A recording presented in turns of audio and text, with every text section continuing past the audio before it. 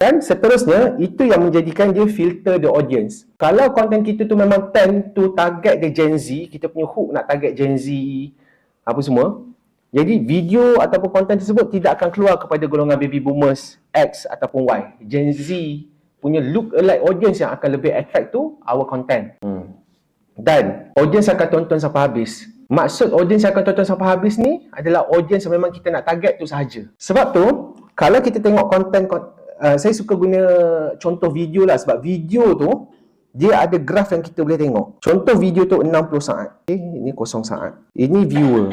So dia punya graf video selalunya memang akan 3 saat pertama tu, Allah, saya jadi macam ni. 3 saat pertama tu dia akan drop. Macam ni dia akan straight. Saya dia akan turun sikit. Turun sikit. Macam tu. Audience retention. Tengok sampai hujung ke kan. Jadi selalunya orang-orang yang akan tengok ni, yang inilah sini sampai ke belakang ni adalah kita punya target audience lah.